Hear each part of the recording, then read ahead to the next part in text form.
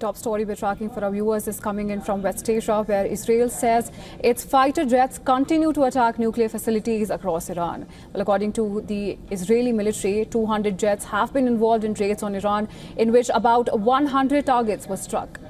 The IDF said that Iran launched about 100 drones towards Israel following a wave of Israeli airstrikes across the Islamic Republic, and that Israeli fighter jets have begun to shoot down the drones launched by Iran. A military official had said the drones are being intercepted before they enter Israeli territory. Well, this as Iranian Supreme Leader Ayatollah Ali Khamenei warned that Israel would suffer severe consequences after launching deadly attacks on Iran.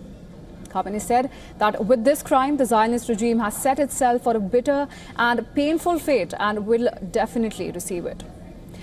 Just earlier, state broadcasters reported that Iran's Armed Forces Chief of Staff Mohammad Bagheri has been killed in Israeli attacks.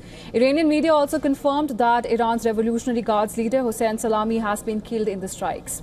Well, apart from that, senior Revolutionary Guards commander Ghulam Ali Rashid and at least 6 nuclear scientists, including Ferdown Abbasi Davani, Abdul Hamid Minusher, Mohammad Mehendi Tehranchi, Ahmad Reza Zolfagri and Matola Blizadeh were killed in Israel's attack on Iran. Well, after the overnight strike, a fresh wave of explosions were heard in Iran's capital this morning. State TV said that Israeli airstrikes targeted 3 military sites in Iran's northwest. Fire and smoke at a key site for Iran's Revolutionary Guards, while explosions were heard in Natanz city in Iran's central province. Well, according to state media, residential buildings in Tehran were also hit, killing a number of civilians, including women and children. US President Trump has confirmed that he was aware of the Israeli airstrikes, but the US was not militarily involved. In an interview with Fox News, Trump emphasized that Iran cannot have nuclear bomb and hoped that Iran will return to the negotiating table.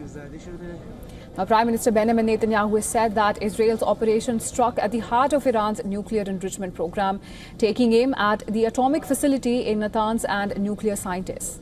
He said the operation against Iran will continue for as long as it takes.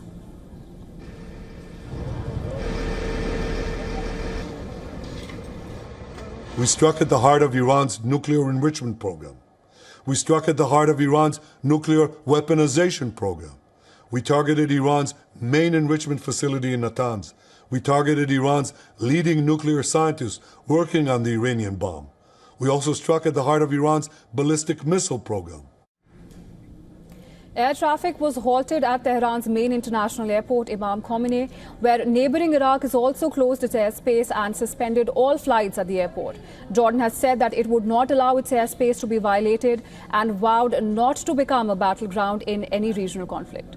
Well, Israel has declared a state of emergency, closing its airspace. Meanwhile, people in Tel Aviv stock up on essentials amid fears of Iranian retaliation.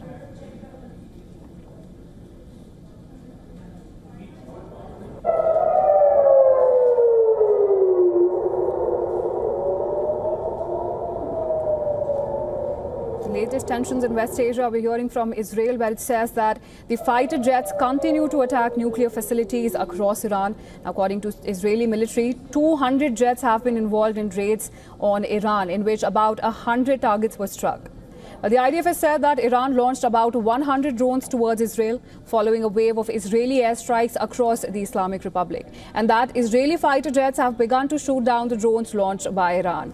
A military official has also said that the drones are being intercepted before they enter Israeli territory. Well, this as Iranian Supreme Leader Ayatollah Ali Khamenei has warned that Israel would suffer severe consequences after launching deadly attacks on Iran. Khamenei has also said that with this crime, the Zionist regime has set itself for a bitter and painful fate, and it will definitely receive it. We also know that earlier, the state broadcasters reported that Iran's Armed Forces Chief of Staff Mohammad Bagheri has also been killed in Israeli attacks. Iranian media also confirmed that Iran's Revolutionary Guards leader Hossein Salami has been killed in the strikes. Now, apart from that, senior Revolutionary Guards commander Ghulam Ali Rashid and at least 6 nuclear scientists were also killed in Israel's attack on Iran. After overnight strike, a fresh wave of explosions were heard in Iran's capital this morning. State TV said that Israeli airstrikes targeted 3 military sites in Iran's northwest. We could see from the visuals that have surfaced fire and smoke at a key site for Iran's Revolutionary Guards, while explosions were ringing in Natanz city in Iran's central province. Now, according to state media, residential buildings in Tehran were also hit, killing a number of civilians, including women and children. Meanwhile, US President has confirmed that he was aware of the Israeli strikes, but the US was not militarily involved. In an interview with Fox News, Trump emphasized that Iran cannot have a nuclear bomb and hoped that Iran will return to the negotiating table.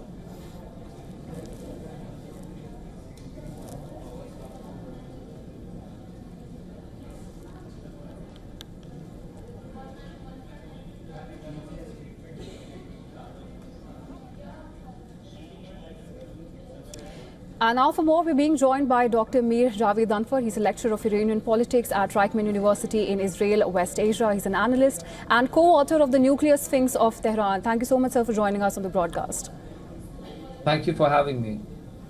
So we've seen a renewed push from the White House trying to distance itself from Israel's attack, stating that it was a unilateral action by Israel. Now, Dr. Javed Anwar, do you think the US is truly as distant from these events as it's claiming to be?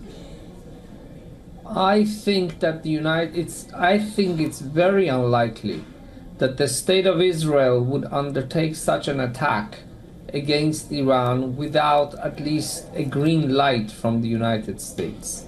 Perhaps America, and it seems that way, was not involved directly in this attack, but it would be militarily and diplomatically very costly for Israel to undertake such an attack without informing and getting the agreement of the United States, because America is our greatest ally.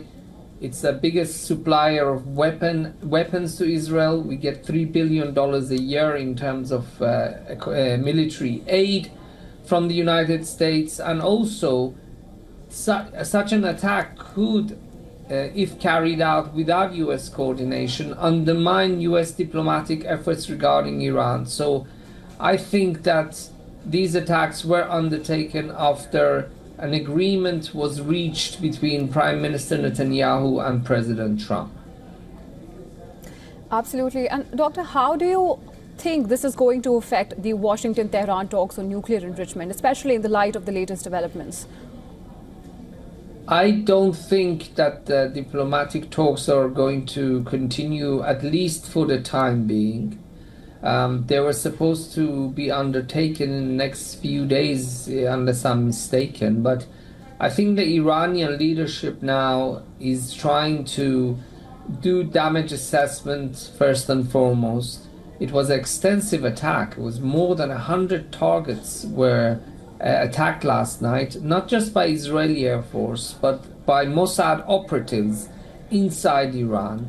The leadership of Iran's Revolutionary Guard has been decapitated, and also several senior nuclear scientists were also killed. All of these people were killed by Israeli strikes while they were sleeping in their beds. So I think first and foremost, Iran is going to do a damage assessment. Secondly, it's the retaliation, and we are awaiting, as we speak, the arrival of 100 Iranian drones. They are supposed to arrive in the next 3 to 4 hours. And I think that's going to be the main focus for the time being. The Iranians are going to respond, and Israel is going to respond to that. So in the short term, I think we should at least look out for the military confrontation between these two countries. And I think its results will impact America's efforts to stop Iran's enrichment program, either through military operations or through diplomatic means.